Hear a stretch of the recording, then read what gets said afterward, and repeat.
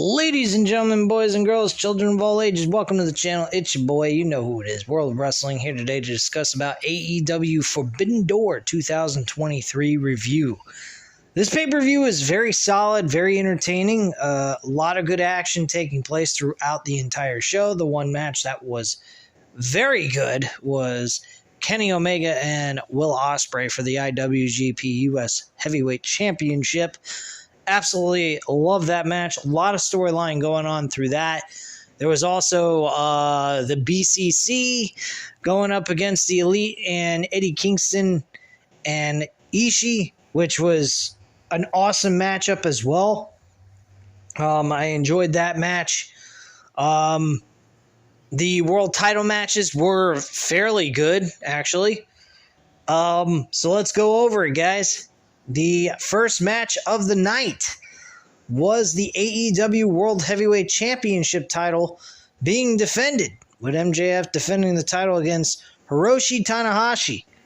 My attitude on this match, it was a solid 3.5 out of 5 stars. I think the match was good for what it was, but the ending, I'm getting a little tired of MJF cheating. Some of you would say, well, he's a heel. What do you expect? But can he ever win a match cleanly? That's my question. It's kind of reminding me of JBL back in the day in 2004 when he had that WWE Championship run, or like Jinder Mahal. But that's a terrible comparison because Jinder Mahal was absolutely the worst WWE SmackDown World Champion of all time. Anyway, none of those guys come close to MJF on a personality level, charisma level, or even in-ring wrestling ability. But he does cheat a lot in most of his World Championship matches.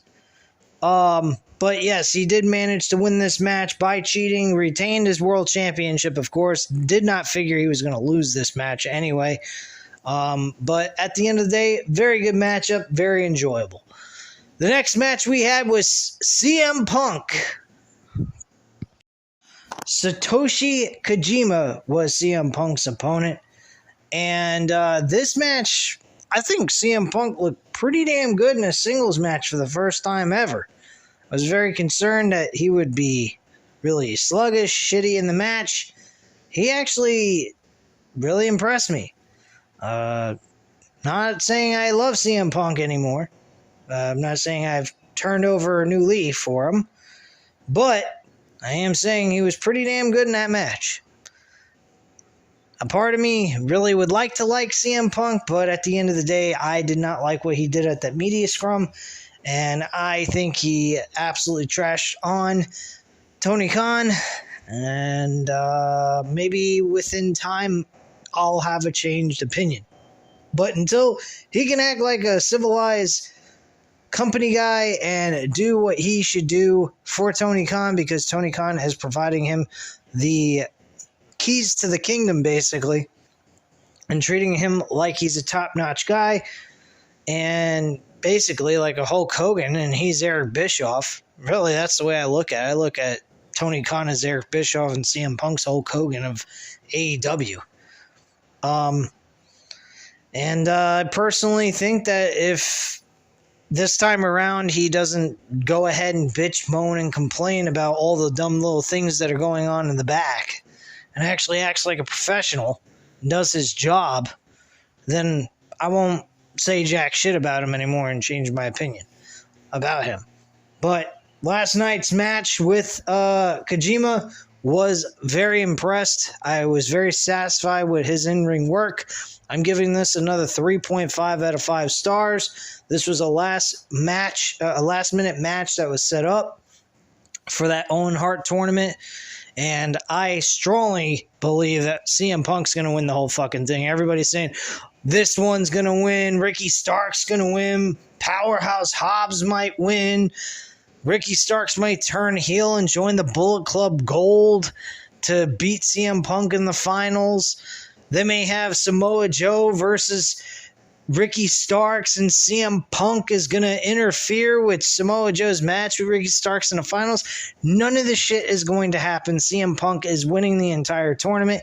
It is made for him to win. He's a huge fan for Owen Hart and the Hart family in professional wrestling. He is going to be winning that entire tournament. There ain't no doubt about it in my mind. Had he not been in the world title picture last year and was in the Owen Hart tournament, he would have won that fucking Owen Hart tournament in the first year it came to existence. So I highly doubt CM Punk is losing this tournament. CM Punk's the most predictable person in the tournament, and he's the one that needs to win the tournament because of the fact he's their top guy. You don't put your top guy in a fucking tournament, especially when he loves fucking Owen Hart's family, and, you know, idolize the man's wrestling ability, both brothers, both Bret and Owen Hart, and then make him lose in the fucking tournament. I do not see that happening. The only way that happens is Samoa Joe wins by a screwjob finish, and that's it. He ain't going all the way to the finals to lose to fucking Ricky Starks, okay? So that's all I got to say on that bullshit. But I don't see CM Punk losing this. I see him winning the entire tournament. Hands down, he wouldn't even be in a pay-per-view event if he wasn't selected to win this fucking thing. That's just the way I see it. Plain and simple, guys. Again, 3.5 out of 5 stars. Next, we had the AEW International Championship on the line in a fatal 4-way match. People involved in this matchup for the AEW International Championship was Orange Cassidy, Zack Sabre Jr., Shibata, and Daniel Garcia in a fatal 4-way match for the AEW International Championship. And this match was okay. I mean, I'm not going to cry home about it. Orange Cassidy retains the championship. I figured that's what was going to happen.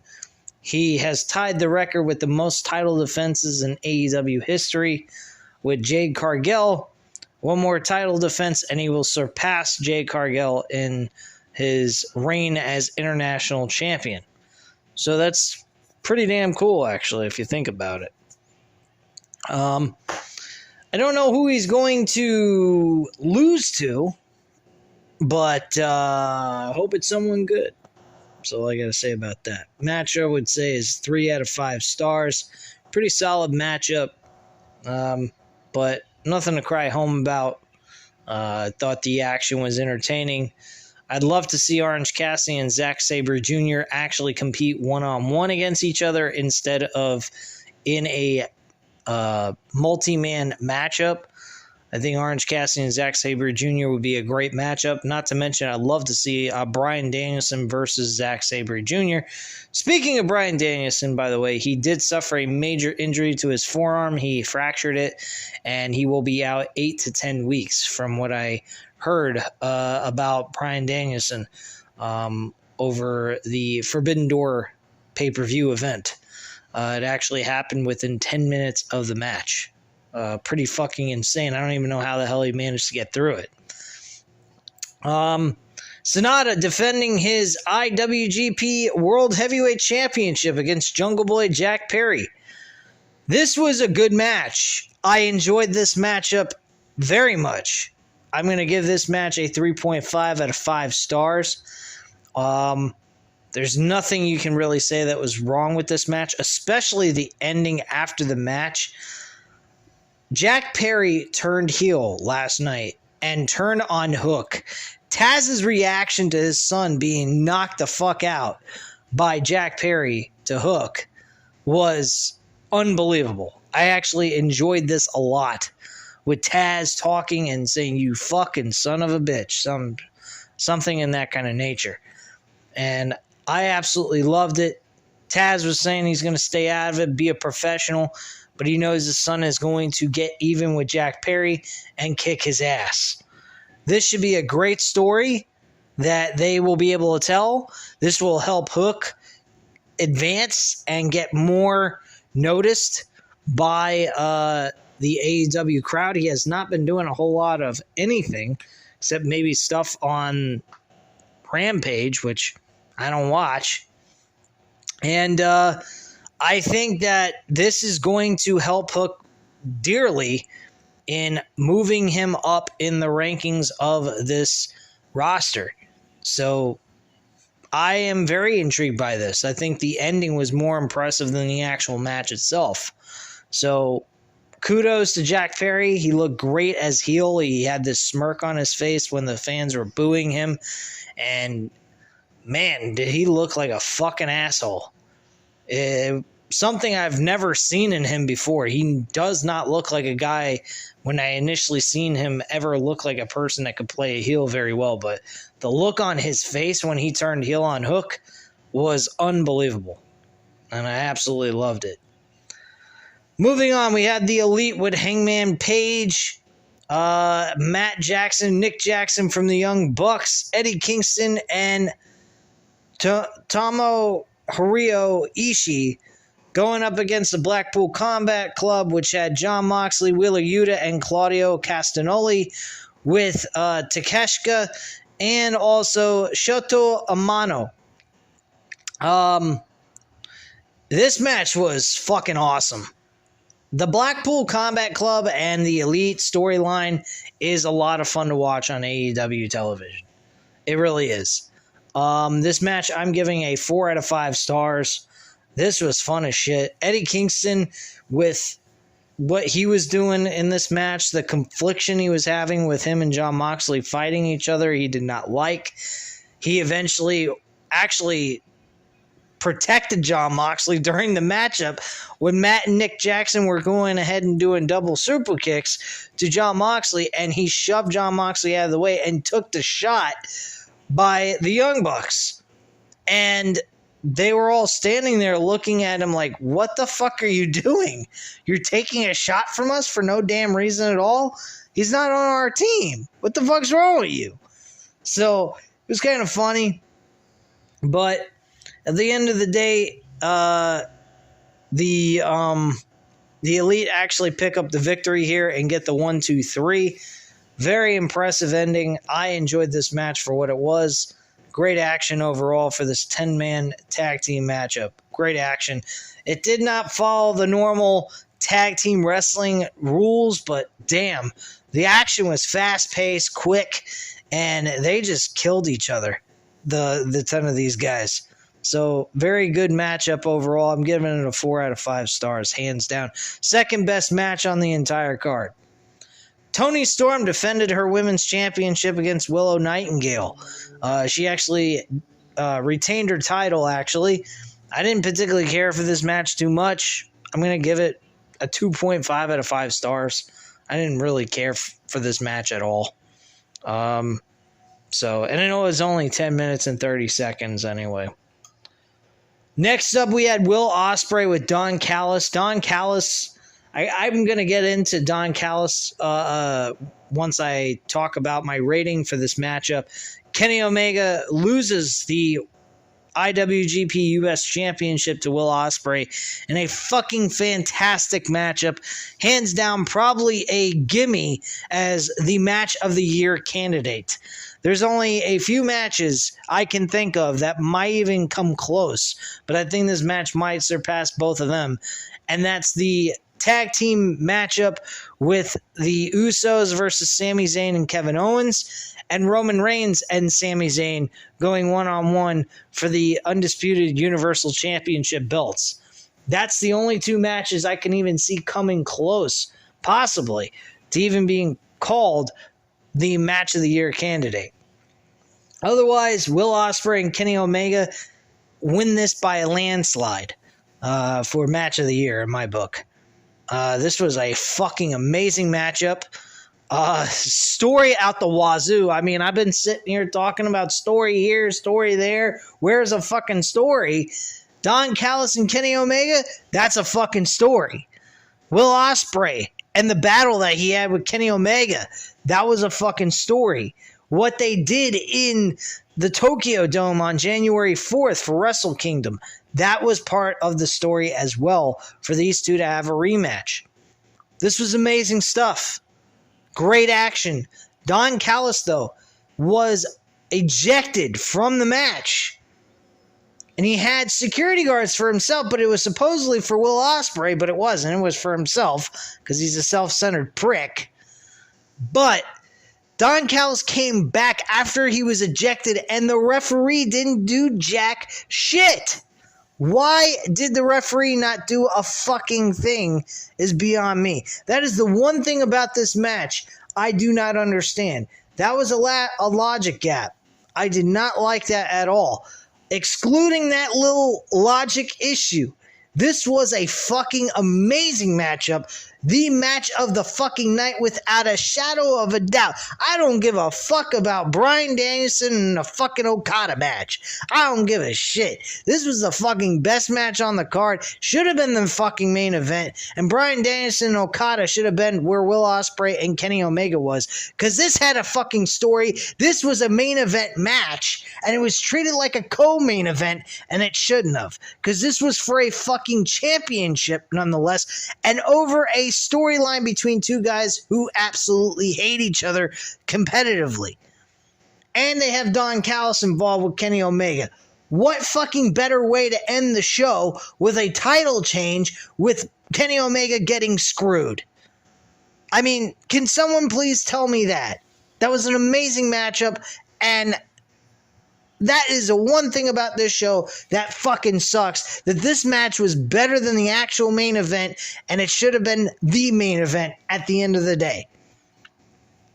I mean, if you couldn't see that coming, Will Ospreay and Kenny Omega being one of the better matches on this fucking card, you're fucking crazy. Because I watched this match the first time they wrestled, and they were fucking amazing. This match was even better than their first match, which is very unusual because most of the time the first match is always better than the second and the other matches that come after the first match.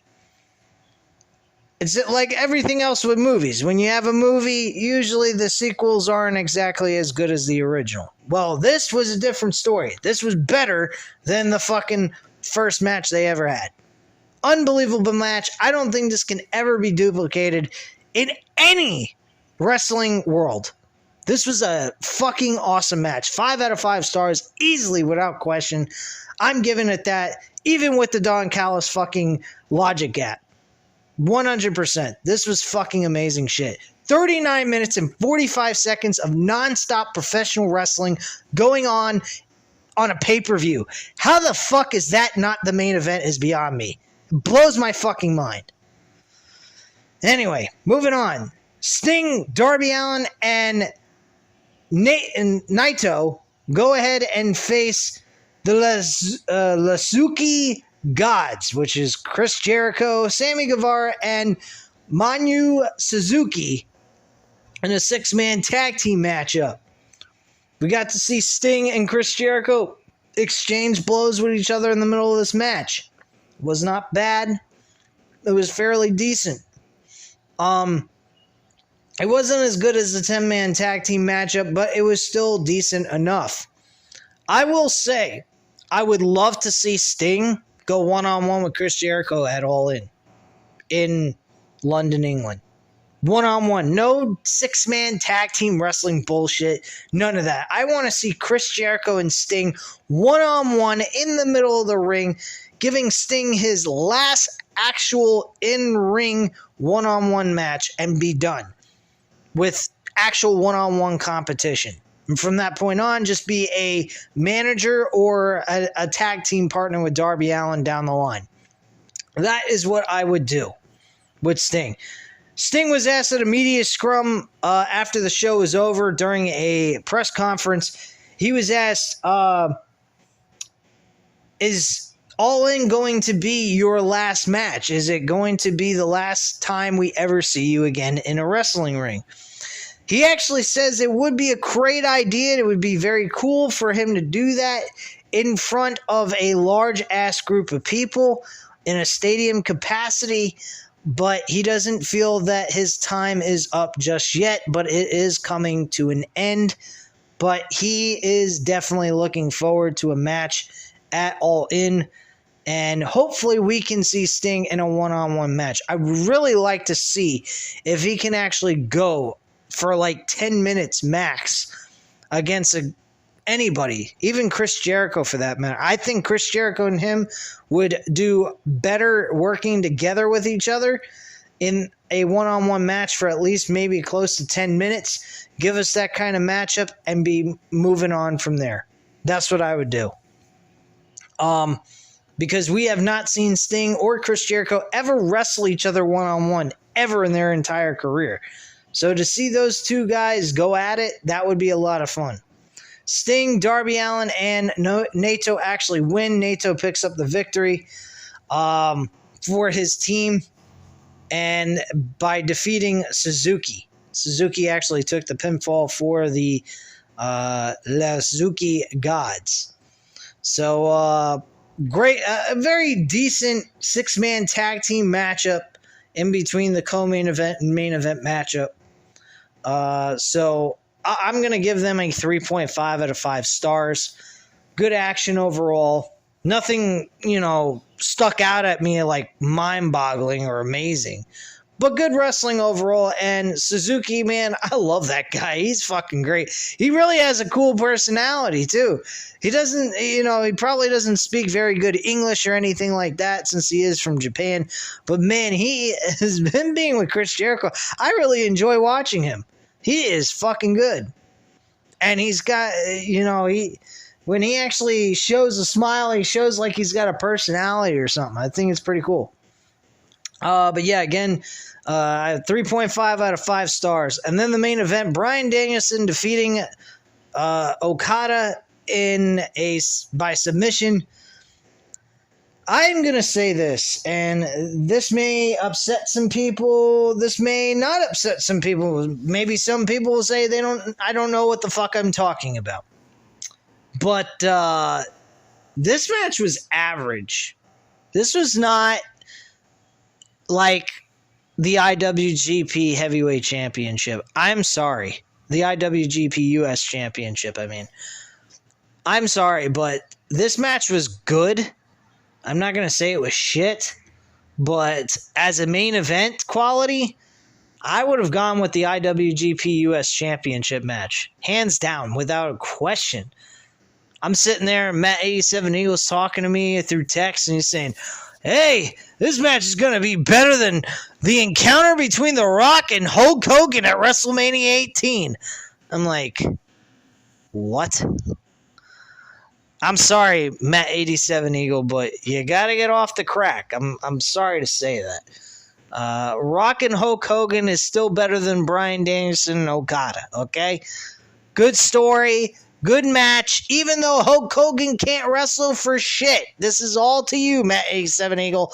Fucking Hulk Hogan can't wrestle for shit. And yet, with The Rock and him working together, it was still a superb matchup compared to Bryan Danielson and Okada. Not discrediting Bryan Danielson and Okada's match, but my goodness, that crowd was fucking electric throughout the entire match. So don't ever compare a Rock and Hulk Hogan match to a fucking Bryan Danielson Okada match. Because you're forgetting one other thing. They had a major story going on between a legend and a fucking upcomer legend. Bryan Danielson and Okada are on the same fucking level, dude. And I'll be honest, Okada was not on his game in this match. This was not Okada from 2017 against Kenny Omega Okada, okay? If we would have gotten that Okada, then I would have said, yeah, you're right. But that Okada ain't the same Okada that he used to be 4 or 5 years plus ago. This guy has gotten older. So is Tanahashi. Tanahashi, I thought, was only in the top of his game for like 12 years. He's been in the business for over 20 fucking years. 20 years of this business he's been in. This guy's burnt the fuck out. He botches and matches Tanahashi. And then you got Okada, who's right behind him. He's basically, I think, Randy Orton's age. I believe. But I'm not going to say that Okada and Bryan Danielson was a shit match. By all means, they had a good match. But my God, I'm not going to say that this was Hulk Hogan Rock level type of match at WrestleMania 18. Now, the match with Rock and Hulk Hogan Part 2 at No Way Out in 2003, absolutely. This match blows that match out of the fucking water. But their first encounter? No fucking way. You ain't going to get me to admit to that ever. So sorry about that, Matt 87 Eagle. But, Matt 87 Eagle, I will give you this. The match was a 4 out of 5 stars. Still is not a 5 out of 5 star match like Kenny Omega and Will Ospreay was. So that's all I have to say. So at this time, guys, you know what to do. Hit the like button if you liked the video. Hit the subscribe button if you're not already subscribed to the channel. And leave a comment down below. I'll definitely get back to you on that. Thank you guys very much for watching. And have a great night, guys. Bye.